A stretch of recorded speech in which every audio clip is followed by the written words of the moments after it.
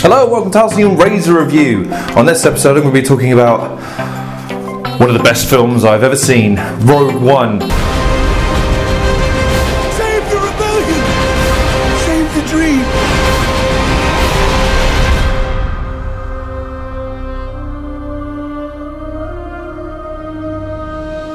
Go out right now and watch it. Go and book your ticket, go and sit in the front seat, go and rear seat, wherever. Go and see this film. It's absolutely incredible. I've even made cue cards to make sure I could get everything in. I'm actually prepared for this. It's an absolutely fantastic concept and so well executed. Basically, it's set a prequel to Episode 4, A New Hope. The only difference being is it's not set years and years. It's actually set super close to the events of A New Hope. In fact, coinciding with the events of New Hope at the end of this film. It's kind of its own unique thing in the universe, and it sets itself apart right away with the intro credits not being included. The intro crawl, you know, that sort of thing. That's not there. But aside from the concept and how well it was so well done, there was only a couple of moments in the film that kind of felt a little bit out of place, but again, it's supposed to set itself apart, so I can kind of forgive it for that. The first 20 minutes of the film do have you kind of banded about a little bit. It is hard to kind of get your bearings when every 5 minutes you're kind of going, well, okay, fine, I'm on this planet and I'm seeing this person. Is that really any different than, say, something like Snatch, which, barring having their names listed at the bottom with a screen freeze frame with a colour palette to introduce you to them, is that really any better?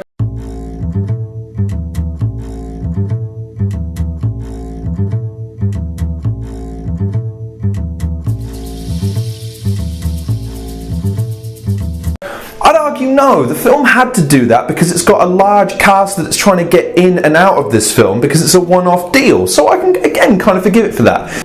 The climax of this film eclipses Episode 7 so much it puts it to absolute shame. And this is what's crazy about this film, and this is me fanboying out a little bit here. You know what happens at the end. There's no ambiguity in the conclusion because we know what the next episode's going to be. It's the beginning of A New Hope. And yet, you're engrossed in what happens. Episode 3 had this problem and didn't deal with it anywhere nearly as well. You know what's going to happen, but you still want to see what happens. But you were left disappointed in Episode 3 because all of the epicness and the mystique of the story was kind of eh. This, however, makes you hyped for the fourth one. End of this film, I wanted to pop in Episode 4 when I got home at 11:30 or 12 o'clock and just because I wanted to see the next chapter, even though I've seen an Episode 4 a million times as a kid. The conclusion is perfect. If I can sum it up in one motion, it was fucking nailed it. There's just no other way of putting it. They nailed the ending of this film, and it's absolutely incredible how they've managed to put everything together in such a cohesive way. This is something that this film does something that other Star Wars films don't. It gives context to some of the power that you see. In Star Wars, it does suffer a little bit with being up its own arse in terms of power and having to convey the scale of it. In this film, one shot from the Death Star helps put into context the kind of power you're talking about here. In Episode 7, 4 or 5 planets get destroyed in one hit, and you barely feel. You feel kind of, okay, it's terrible and everything, but I didn't care about these planets. I didn't care about what happened to anyone on it. On this occasion, they'd spent time in the city meeting people out and about. You'd seen how many innocents were there. You saw the devastation, and there's a moment in the film when Bail Organa actually makes an appearance as a cameo, and he says, yeah, I'm off back to Alderaan. And you go, oh, that's a bit awkward. But again, that helps humanise some of the characters, which sometimes Star Wars lacks. You don't ever feel like any of the characters are in real danger. With these ones, there was a sense of, wow, they might die, so I care. Feels in some of the plot that you need to know, like, for instance, how the Death Star is destroyed on multiple occasions. Again, I won't spoil what happens here. Suffice it to say, the main character, Jane Erso, I hope I got that right, her father helped design the Death Star. And the main reason for him going along was because he felt that if he went along, he would be able to subvert the Empire's plans from within. This helps explain one of the dumbest plot points in all of Star Wars and why a lot of people kind of, when you're a fan, they like to point to something and go, like, it's me with Twilight, for instance, I like to point to how stupid everything is. With people with Star Wars, with me, it's a giant death ball that blows up when you shoot one spot. That sounds like a smart movie plan. This remedies that in a very clever way. But most of all, this film, it displays why Darth Vader was to be feared.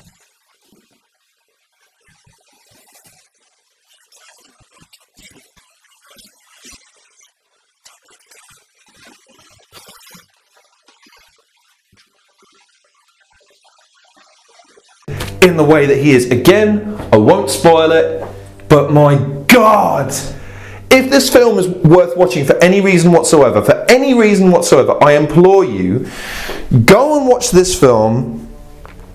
There's a segment probably about 20 minutes from the end where, again, there's the galactic equivalent of a bitch slap to say fuck you, which is just epic, and then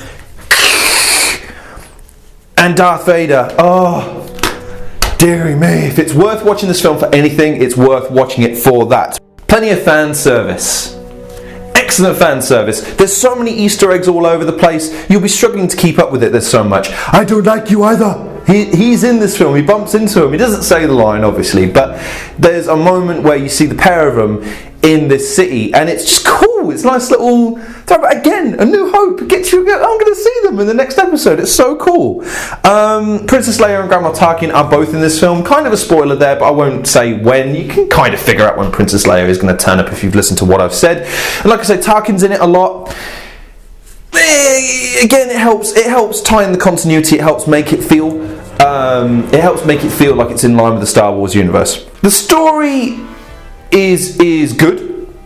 I don't think anyone's going to deny that fact. There's plenty of subtlety involved, and it ramps up when it needs to ramp up.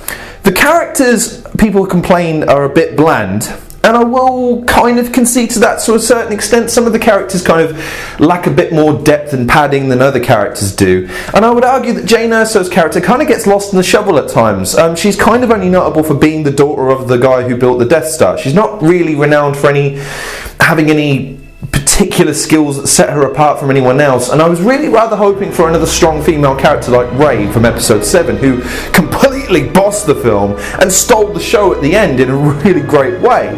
The guys who steal the show in this film are easily K2SO, the droid, who's f***ing amazing. When your introduction into a film series is you choke slamming somebody and then quipping about that, you know you've got yourself an awesome character going forward.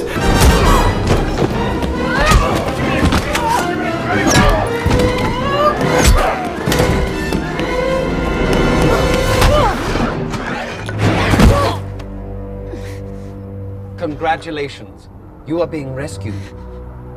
Please do not resist.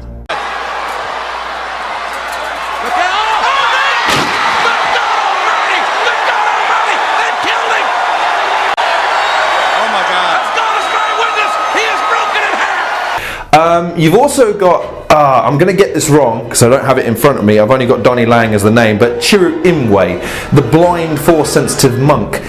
He has badass moments and great quips. I'm one with the Force and the Force is with me, I'm one with the Force and the Force is with me. He has that all this throughout this film, and he has that almost Yoda vibe about him. It's very difficult to kind of put an example on, but he just has this innate confidence and belief and utter resolution and trust with the Force that I can only really equate to Yoda in Empire Strikes Back, in terms of his almost comedic misdirection of the main characters, thinking, what is this guy all about? And then and everyone's like, yeah, I ain't messing with him anymore.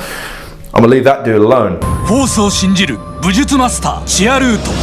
I fear nothing. All is as the Force wills it.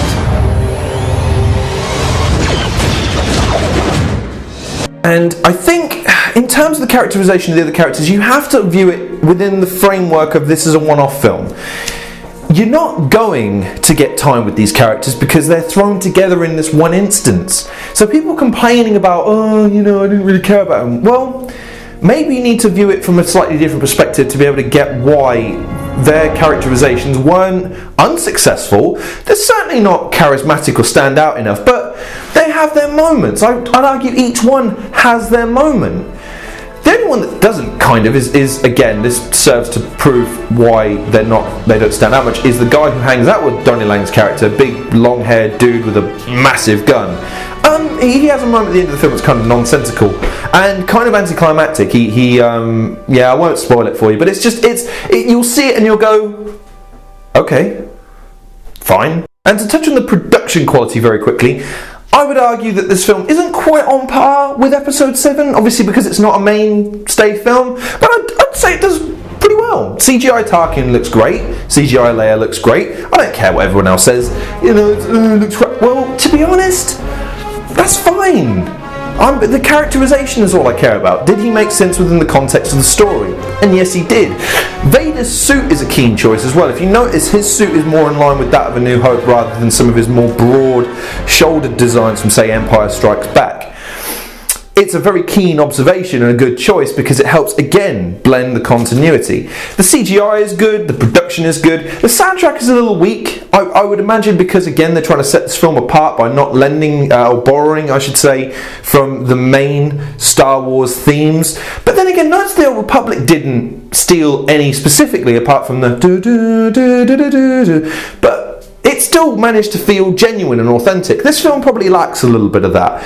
It's a minor thing, but I don't remember any of the sounds from the film. I don't remember any of the songs or musical cues. I'd have to watch it again just to kind of get a sense of that. The costume designs are cool. The battle choreography, however, is absolutely incredible. The battles, it feels more visceral and violent, this film, in terms of the war. The blaster bolts feel more violent. The battle scenes feel more violent. There's an excellent scene in the middle of the film where it's guerrilla warfare. The end of the film, the full-scale assault on the beaches. It's absolutely fantastic. And I would argue that the space battles in this film, again, eclipse Episode 7, giving it a one-over on its, more fancy-pantsy older brother. So to kind of sum up, I would say that this film, this might be a little bit controversial, is better than Episode 7.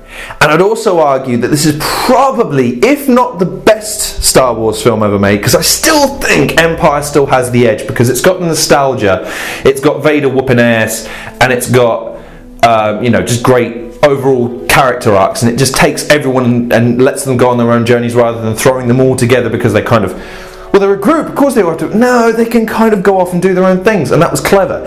This film is probably second, but this is the first film I ever walked out of, just from a Star Wars perspective, just going, yeah!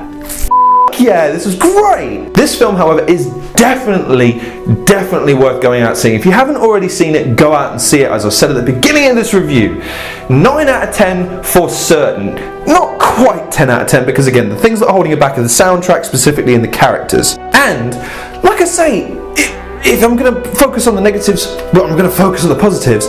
This film does something that I doubt anyone else could have imagined.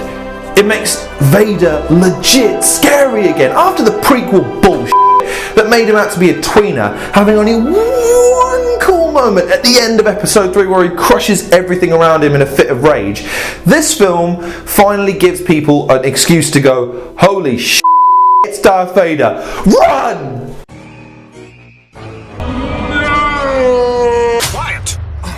And there's a fresh one if you mouth off again. You know what I'm saying? It makes so much more sense that way. That was me nerding out about Rogue One. Go see it now if you've not already seen it. In the meantime, please like, share and subscribe. Thank you very, very much for watching this episode. Stay tuned for the next episode, which hopefully will be dropping in the next few days, depending on whatever the hell it is. Don't know yet. I'll try and keep you posted as best I can. In the meantime, take care, and I'll see you on the next episode.